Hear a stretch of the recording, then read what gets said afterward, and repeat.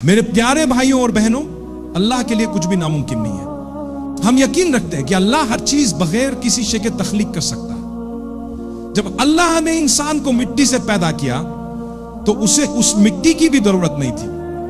وہ چاہتا تو ہمیں کسی اور چیز سے یا بالکل کسی چیز کے بغیر بھی پیدا کر سکتا۔ حقیقت میں اللہ جب کچھ بنانا چاہتا ہے تو صرف وہ جا کہتا ہے اور وہ چیز ہو جاتی ہے۔ اللہ کی ذات عظیم ہے اور اس کی قدرت لامحدود ہے۔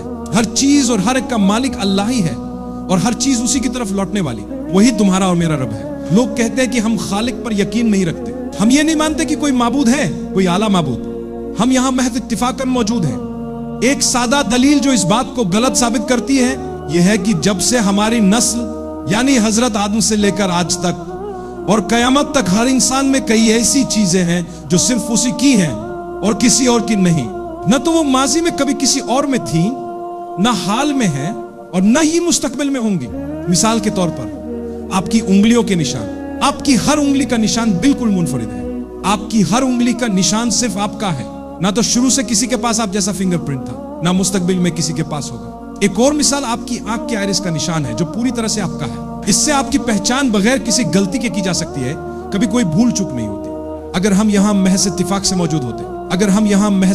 موجود ہوتے تو یقیناً اتفاقاً بہت سے لوگوں کے آئرس پرنٹس ایک جیسے ہوتے، لیکن ایسا کبھی نہیں ہوا۔ اللہ تعالیٰ کی قدرت کو جاننے کا ایک طریقہ جانوروں کو دیکھنا ہے۔ آج تک کوئی دو زیبرے ایک جیسے دھاریوں والے نہیں ہوئے اور نہ ہی کوئی دو جرافے ایک جیسے دھبوں والے۔ اسی طرح کوئی دو چیتے، تیندوے یا شیر ایک جیسے دھبے یا دھاریاں نہیں رکھتے۔ اللہ کی شان ہے، تمام تعریفیں اللہ ہی کے لیے ہیں جس نے ہر چیز کو بے مثال خوبصورتی اور کامل ترتیب کے ساتھ بنایا ہے۔ ہر چیز آخرکار اسی کی طرف لوٹتی ہے۔ انسان خود کو کتنا ترقی یافتہ سمجھتا ہے، مگر حقیقت تو یہ ہے کہ یہ ترقی اللہ کی تخلیق کے مقابلے میں کچھ بھی نہیں ہے۔ میرے بھائیوں اور بہنوں، اللہ ہمیں اپنے قریب لانے کے لیے جو طریقے استعمال کرتا ہے ان میں سے ایک یہ ہے کہ وہ ہمیں ایسی آزمائشوں میں ڈالتا ہے جو ہمیں نیگیٹو محسوس ہوتی ہے۔ اگر آپ دنیا کی طرف دیکھیں تو اس میں بے یقینی ہوگی۔ کیوں؟ کیونکہ اللہ چاہتا ہے کہ آپ اس کی طرف رجوع کریں، اس کے علاوہ کوئی اور وجہ نہیں ہے۔ بے چینی ہوگی، کیوں؟ کیونکہ اللہ چاہتا ہے کہ آپ اپنے تعلق کو اس کے ساتھ بہتر بنائیں۔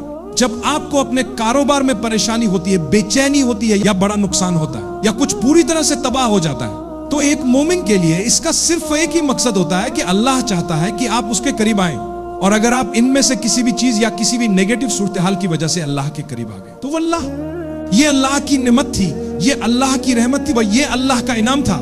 اگر آپ کی ٹانگ کٹ گئی اور اس کی وجہ سے آپ نے اللہ کی طرف رجوع کیا تو یہ اللہ کی رحمت ہے۔ لیکن اگر اللہ نے آپ کو نوازا، آپ کو سب کچھ دیا، آپ کو ہر آزمائش میں کامیابی ملی، آپ کو اختیار دیا، خوبصورتی دی، علم دیا، بہت کچھ عطا کیا، اور یہ سب کچھ آپ کو اللہ سے دور لے گیا، تو یہ اللہ کی رحمت نہیں ہو سکتی۔ اس لیے اللہ کی نعمتوں کو سمجھے اور انہیں اپنے لیے اللہ کے قریب آنے کا ذریعہ بنائیں۔ میرے بھائیوں اور بہنوں، جب اللہ آپ سے کچھ چاہتا ہے تو وہ آپ کی زندگی میں آزمائش ڈالتا ہے۔ جب وہ آزمائش ڈالتا ہے تو اس کے قریب آئیں، فکر نہ کریں۔ اب پہلے شخص نہیں ہے جو بیمار ہے، اب پہلے شخص نہیں ہے جو تکلیف میں ہے، اب پہلے شخص نہیں ہے جنہیں وہ نقصان ہوا ہے جو آپ کو ہوا۔ نہیں، آپ سے پہلے لاکھوں لوگ تھے اور آپ کے بعد بھی لاکھوں ہوں گے، لیکن آپ اللہ کے لیے خاص ہیں۔ وہ آپ سے محبت کرتا ہے، وہ چاہتا ہے کہ آپ اس کی طرف آئیں۔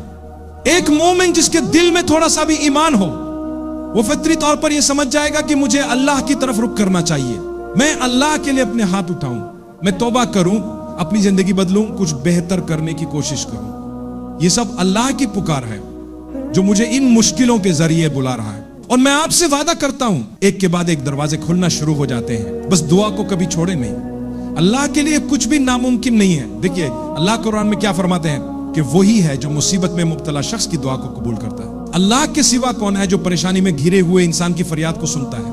میں نے ایسے لوگوں کو دیکھا ہے جنہیں ڈاکٹروں نے کچھ عرصے کی زندگی دی تھی، لیکن 6 سال بعد بھی وہ زندہ اور صحت مند ہے۔ یہ سب کیوں ہوا؟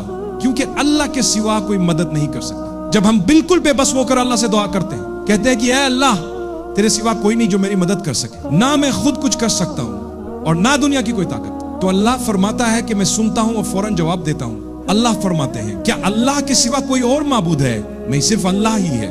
تو ہم اللہ کی طرف رجوع کریں، اللہ کے ساتھ اپنے تعلق کو مضبوط بنانے کے لیے محنت کریں۔ نماز بہت اہم ہے، اور میں نے ایک راز جانا ہے، اگر آپ چاہتے ہیں کہ آپ کی زندگی بہتر ہو جائے، تو 5 وقت کی نماز کو خوش دلی اور شوق سے پڑھیں. تھوڑا سا پہلے آئیں, اپنی نماز کو مکمل کریں اور پھر واپس جائیں.